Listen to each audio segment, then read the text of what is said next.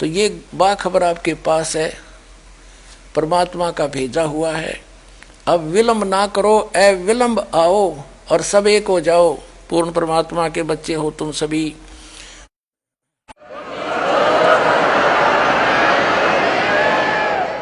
इस दास के द्वारा दिए गए इस सत्य आध्यात्मिक ज्ञान से परिचित होकर के एक मुसलमान भक्त मोहम्मद शहजाद खान उर्फ शहजाद दास जी आपको अपना अनुभव बताएंगे। इनके मुख कमल से सुने।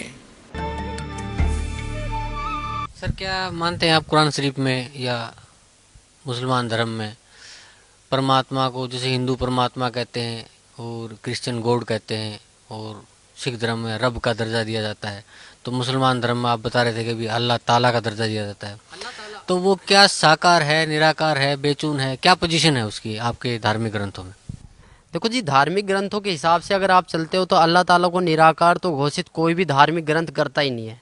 अल्लाह ताला साकार है, ना तो वह बेजून है ना निराकार है। बहुत से कहते हैं अल्लाह ताला कण कण में समाया हुआ है, ये बात मैं मानता हूँ, अल्लाह ताला कण कण में समाया, बट अल्लाह ताला साकार है। जब हमारी कुरान शरीफ में लिख रहा है कि उसने 6 दिन में सृष्टि की रचना करी और 7वें दिन सकत पर जा विराजा, विराजने का मतलब बैठा है, वो कोई भगवान है, वो कोई शक्ति है, उसके बारे में, उस अल्लाह ताला के बारे में किसी बाखबर से पूछ कर देखो।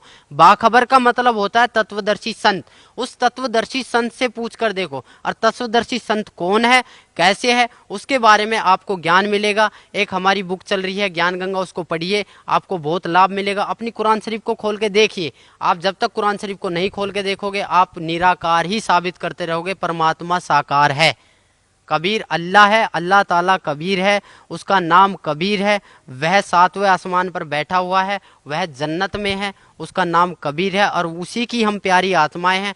पूरा वर्ल्ड उसी की आत्माएं हैं। हमें यहाँ से सीधा अपने मालिक के पास जाना है, ना कि शैतान के पास। अगर आपको मेरी बात पे यकीन नहीं है तो आप मौलवी साहबों से जाके पूछो, उनको खंगालो, उनको देखो वो कितने जानते हैं। अगर आपको तब भी प्रश्न का उत्तर ना मिले तो आप यहाँ पर आइए, बरवाड़ा सत्संग में आइए, सुनिए, मालिक से विचार कीजिए, यहाँ पर ज्ञान लीजिए। अगर आपको फिर भी विचार का, यहाँ पर आपको सारे प्रश्नों के उत्तर दिए जाएंगे। यहाँ पर आपको एक संतुष्टि करी जाएगी चारों ओर से। हम सिर्फ एक आत्मा है, हम सिर्फ एक मानव है। हमारा धर्म जो मानव है, हमारा हिंदू मुसलमान सिख ईसाई से कोई लेना देना नहीं है। अगर इस जाति प्रथा को आप सदा जिंदगी चलाते रहोगे तो कभी भी आप अल्लाह ताला की प्राप्ति नहीं कर पाओगे। जो क्यों चल रहा है ये आपके लिए चला है, ये उस मालिक का फरमान है। अगर आप समझ जाओ तो जल्दी आ जाओगे। नहीं, मालिक की एक वाणी है, गरीब दास ये वक्त जाता है, रोओगे इस पैरों। हकीकत में जब यहाँ पर लेट आओगे तो आपके पास कुछ नहीं मिलेगा। सिकंदर लोधी ने नाम लिया था, वीर सिंह बंगेल ने लिया था, शेख फरीद ने 12 साल कुएं में उल्टा लटक के बोला था कौवों से कि मेरे मांस को खा लो, आंखों को छोड़ दो, मुझे अल्लाह ताला का दीदार करना है। जब अल्लाह ताला का दीदार करना है तो अल्लाह ताला को बेजून क्यों बताया? खुद कबीर परमेश्वर उनके पास आए, वो बोले कि नहीं भाई, कौन है, मुझे छोड़ दो, मुझे कुएं में लटकने दो। बोले ए बंदे, ए मुसलमान, तू लटक क्यों रहा है? न बोले जी मुझे अल्लाह ताला का दीदार करना है। जब तू अल्लाह ताला का दीदार करना चाहता है तो अल्लाह ताला को निराकार क्यों बताता है? तब से शेख फरीद का थोड़ा माइंड चेंज हुआ, बोले कि यह कोई अल्लाह ताला की शक्ति है। तब उन्होंने सतभक्ति पे राह पे चले थे, आज वो भी पार हुए हैं, मालिक की रजा हुई है। हमारे सभी मुसलमान भाइयों पे मालिक की रजा हो रही है। आपको अगर मेरी बात कड़वी लगे या मेरी बातों से आपके प्रति कोई दुख आए या मैंने किसी के प्रति कोई गलत व्यवहार किया है, आप खुद देखो अपनी कलाम पाक को उठा के, ना तो कहीं पर मुसलमान के बारे में ये लिखा है कि मुसलमान के लिए कुर्बानी लिख रही है। कुर्बानी का मतलब था कि अल्लाह ताला की राह पे अपनी बुराइयों को कुर्बान कर देना, ना कि बकरे को काट देना, मुर्गे को काट देना। हम जितने भी महीने, साल में 2 जो त्योहार आते हैं, इस पर हम जितनी भी कुर्बानियाँ करते हैं, ये हमारे पाप कर्म जोड़ रहा है काल। अगर इससे आप मेरी बातों से अगर आपको थोड़ा बहुत भी कुछ मिले तो मैं आपसे रिक्वेस्ट, आपसे प्रार्थना, या मेरे को कुछ भी समझ के बोल दीजिए। मैं उस परमेश्वर का कुत्ता हूँ जो आपको भोंक रहा हूँ और आपको जगाने की कोशिश कर रहा हूँ। आप आइए यहाँ, आपको अगर कोई दिक्कत आती है, कोई शंका समाधान आती है तो आप ज्ञान चर्चा कीजिए। अपने मुल्ला काजियों को भी उठा के लाइए जिन्होंने अब तक हमें इस राह से भटकाया है। सर, अभी आप बता रहे थे कि न हम हिंदू हैं, न मुसलमान हैं, न सिख हैं, न ईसाई हैं, हम सिर्फ एक आत्मा हैं। तो आत्मा की मुक्ति कैसे संभव हो सकती है? आत्मा की मुक्ति सत भक्ति से ही संभव हो सकती है। सतभक्ति का मतलब यह है कि हमें सबसे पहले अपने गुरु की तलाश करनी पड़ेगी, एक तत्वदर्शी संत की तलाश करनी पड़ेगी। वो हमें उस अल्लाह ताला, उस खुदा का मार्ग बताएगा, वो अल्लाह ताला के मार्ग की विधि बताएगा। उस विधि पर चलने से, उसके पथ पर चलने से हम इस शरीर को, जो हमारा नासवान शरीर है, इसको हम छोड़कर अपने मालिक के पास चले जाएंगे। इसी से ही आत्मा की मुक्ति हो सकती है, ना तो नमाज पढ़ने से, ना रोज़ा रखने से, ना बकरों को हलाल करने से, ना गायों को हलाल करने से, ना मुर्गों को हलाल करने से। इससे ना तो किसी को मुक्ति मिली है और ना ही कोई मुक्त हो पाएगा। तो सर, इस जहान में कौन है वो तत्वदर्शी संत जो हमें मुक्ति प्रदान कर सकता है? इस पृथ्वी पर एक सतगुरु रामपाल जी महाराज जी हैं, जो हमें, वो अल्लाह ताला के नुमाइंदे हैं, वो अल्लाह ताला के फरिश्ते हैं, वो अल्लाह ताला के भेजे हुए एक पैगंबर हैं।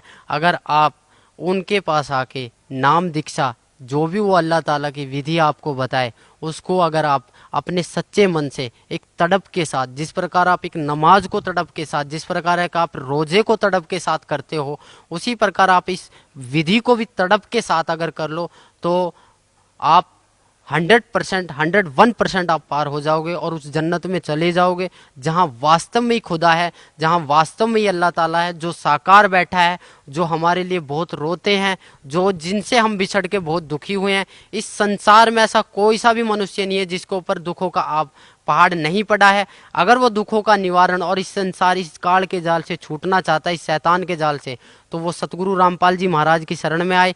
यही वो खुदा है, यही वो गॉड है, यही वो ईश्वर है, यही वो भगवान है, यही वो अल्लाह ताला है, यही वो अल्लाह ताला है, यही वो खुदा है, जो आपको इस काल के जाल से मुक्त करवा सकते हैं। अन्यथा इस पृथ्वी पर ना तो किसी मुसलमान के प्रवक्ता के बस की है, ना किसी नमाज के पढ़ने से होगा, ना रोजे रखने से होगा, ना ही आपको कुरान, ईद और बकरा ईद मनाने से होगा, ना ही आपको मांस काटने से होगा। सबसे पहले आप आइए और मांस को छोड़ने की कष्ट कीजिए, क्योंकि हम जितनी जीव हत्या करेंगे उतना ही हमारा पाप कर्म बढ़ता ही चला जाएगा। ये कुरान शरीफ में भी लिख रहा है कि मनुष्य अपने जीव के स्वाद के लिए इस कर्म को कर रहा है, अन्यथा कोई कर्म नहीं है। ना ही तो कहीं मुसलमान वो कुरान शरीफ में लिख रहा है, ना ही कहीं फज़ाइल अमाल में लिख रहा है। आप किसी भी एक अच्छे मौलवी काजी से पूछोगे कि आप इस मीट को जायज़ है नाजायज़, तो वो 100% आपको यही बोलेगा कि ये नाजायज़ है, खाली एक जीव का स्वाद है, इसके अलावा और कुछ नहीं। अगर आप मालिक के पास जाना चाहते हो, सब एक भाई हो, सभी एक बाप की संतान हो, उस बाप को पहचानो और उस बाप की शरण में आइए। और इसके अलावा आप लोगों से क्या कहूँ, आप सब समझदार हो, मेरे से ज़्यादा आप पढ़े लिखे हो, मेरे से ज़्यादा आप जानकारी रखते हो। जितने भी मुल्ला काजी, जितने भी काजी साहब, जितने भी मुसलमान भाई मेरे सब चीज़ों को सुन रहे हैं, मेरी आवाज़ आप तक कानों तक जा रही है, तो प्लीज़ मेरी आपसे अरदास है, मेरी एक रिक्वेस्ट है, मेरी एक प्रार्थना है कि कम से कम आप उस कुरान शरीफ को खोल के देखो, जो आपने 20-25 साल से वो कुरान शरीफ खोल के नहीं देखी।